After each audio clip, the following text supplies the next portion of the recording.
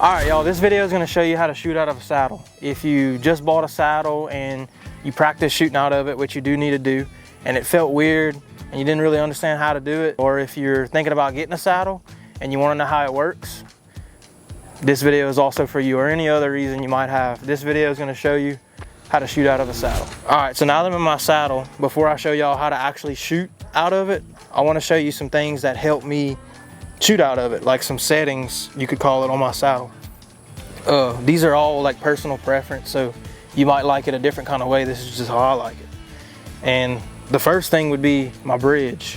I used to have a permanent bridge that was real short. I made it short to kind of just stay out my way, and I didn't have to like hook up a rope or anything.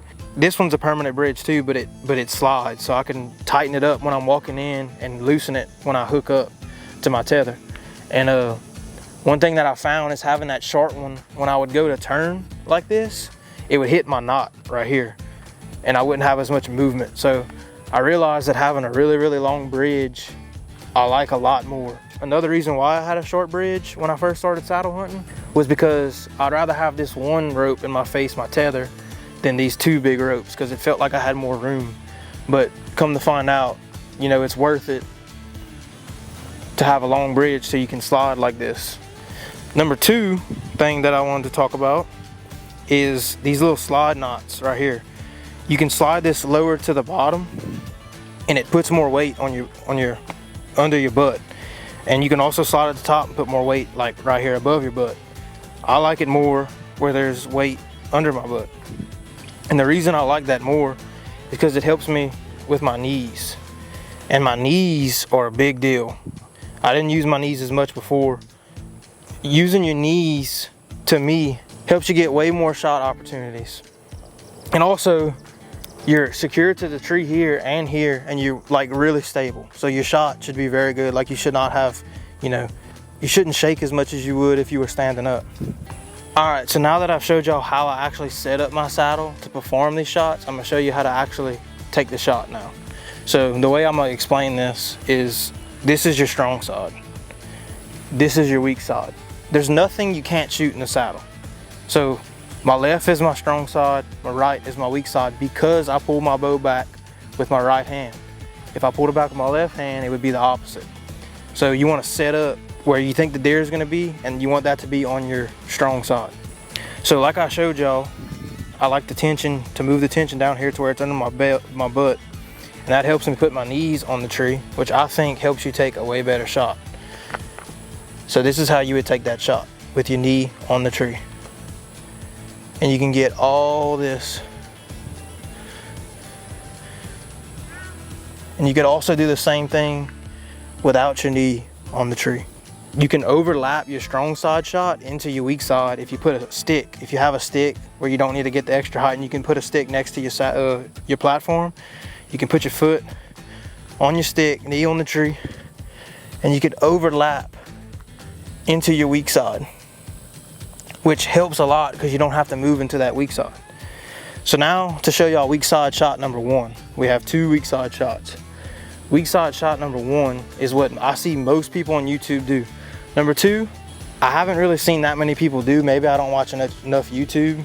I don't know, but I feel like it's a good tool to have as a second option. I'm gonna get into that later. So this is weak side shot number one.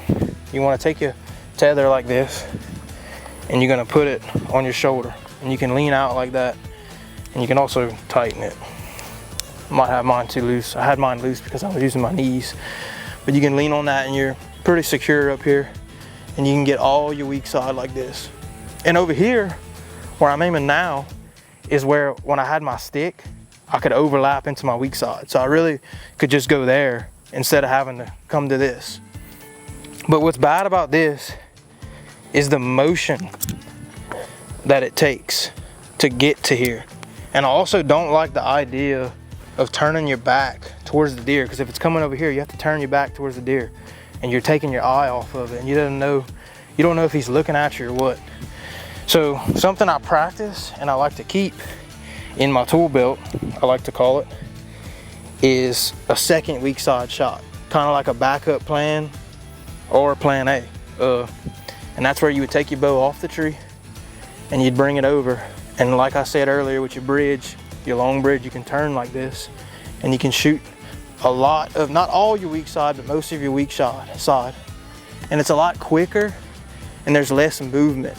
So I personally think you should use this, or at least practice it in case you ever need to do this. And what's even better about it, like I said earlier, when you have your tension here, it helps you with your knees. You can get it like that too. And with your stick here, you can get even more of your weak side shot, almost all of it. I would say basically all of it. So there's two ways to take your weak side shot. Okay, another way to overlap some of your weak side into your strong side is, once again, the use of your knees, which I think is so important, especially the thing that I didn't even use my knees that much when I first started saddle hunting. So that's your weak side. If you put your knee on this side of the tree, look how much you can overlap into your weak side. And I consider that a strong side shot because you're not having to do any of that stuff that I would consider weak. My camera fell. But yeah, I would consider that a strong side shot that overlaps into your weak side, which is great, just like this one. And with these two, you can almost get all your weak side from the strong side. So there's plenty of ways to shoot out of your saddle. But yeah, I haven't seen many people do that because I watched a few videos of how to shoot out your saddle and I haven't seen many people do what I just did.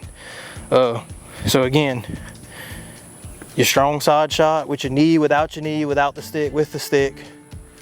And then your weak side with the knee, without the knee, whatever you want.